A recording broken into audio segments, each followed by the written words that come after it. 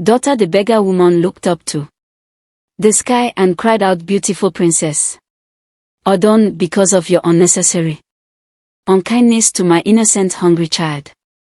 Today you will be cursed from now on for the rest of your life. You will have the worst body odor imagine. Enable it will be so awful, so horrible, that no one will want to be near you. This kingdom which has spoiled you as its darling princess will turn against you. People will laugh and make fun of you whether you're lovely or not. You will feel embarrassed and alone until your last breath. Then the beggar woman seemed to transform, though she still looked tired.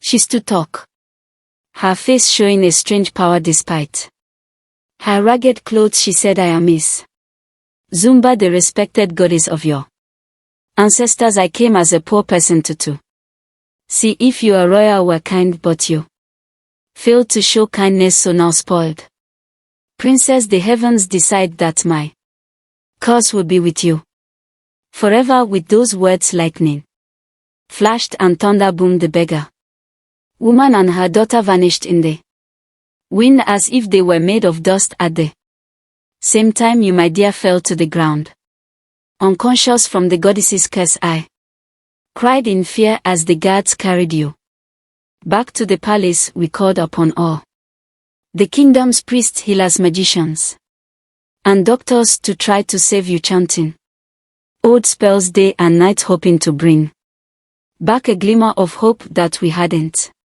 lost you forever.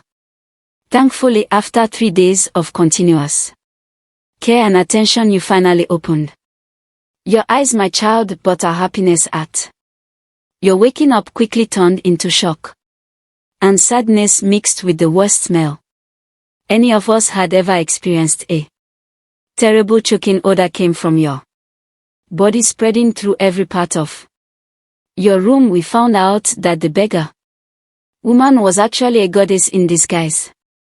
Her curse affected you, my daughter. You were left with the worst body odor imaginable for your whole life. Despite all the remedies the kingdom tried, potions, salves, prayers, and ceremonies, nothing could make it better. We hoped to calm the angry spirit of Izumba, but nothing worked. But everything we tried failed. You, my child, suffered in lonely isolation because of one moment of selfishness that went too far. You not only endured the misery of your condition, but we also saw how the people's feelings towards their beloved princess turned from love to disgust, then neglect, mockery, and even cruelty from those who used to adore you.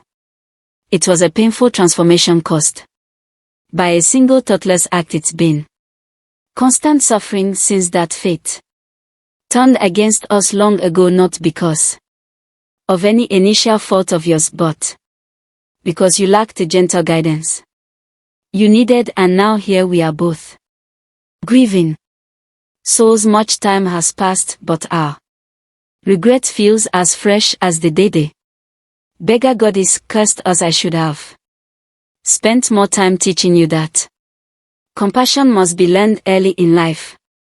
Now this painful lesson comes too late and at too high a cost for both of us. This truth troubles me when I can't sleep. I hold on to the hope that in the years to come you might find a chance to learn and grow from your suffering, maybe even help others if fate allows. Even the toughest situations might change with time. We must keep going, my daughter. Despite the bad luck we've faced, if we give up hope, we lose everything before we've really lived. After her father, the king, told the painful story of how Princess Adanne's body odor was caused by a curse from the beggar goddess Queen Izumba. Adanne sat quietly looking at her shaking hands. She couldn't believe what she had just heard. She realized that when she was a spoiled young girl, she had been unkind because she didn't understand poverty. Now she was cursed to always have this odor problem, no matter how Hard she tried to fix it, Odor felt like something inside her broke when she understood that her life of pain and loneliness was because of one mistake she made as a child. She cried heavily, feeling incredibly alone and hopeless. She barely managed to say thank you for telling me before running out of her father's chambers, crying so much she couldn't see with her father calling after her. Adanne hurried through the dark stone corridors, trying not to make any noise that might wake up the people in the palace. She ran out and didn't stop until she reached her small hut at the edge of the grounds. There she collapsed onto her sleeping mat and gave in to her overwhelming grief and despair. She cried hard, blaming herself and feeling sorry for herself until she fell asleep from exhaustion. As the sun began to rise the next morning, Odor woke up, feeling confused for a moment for getting the torment of the previous day.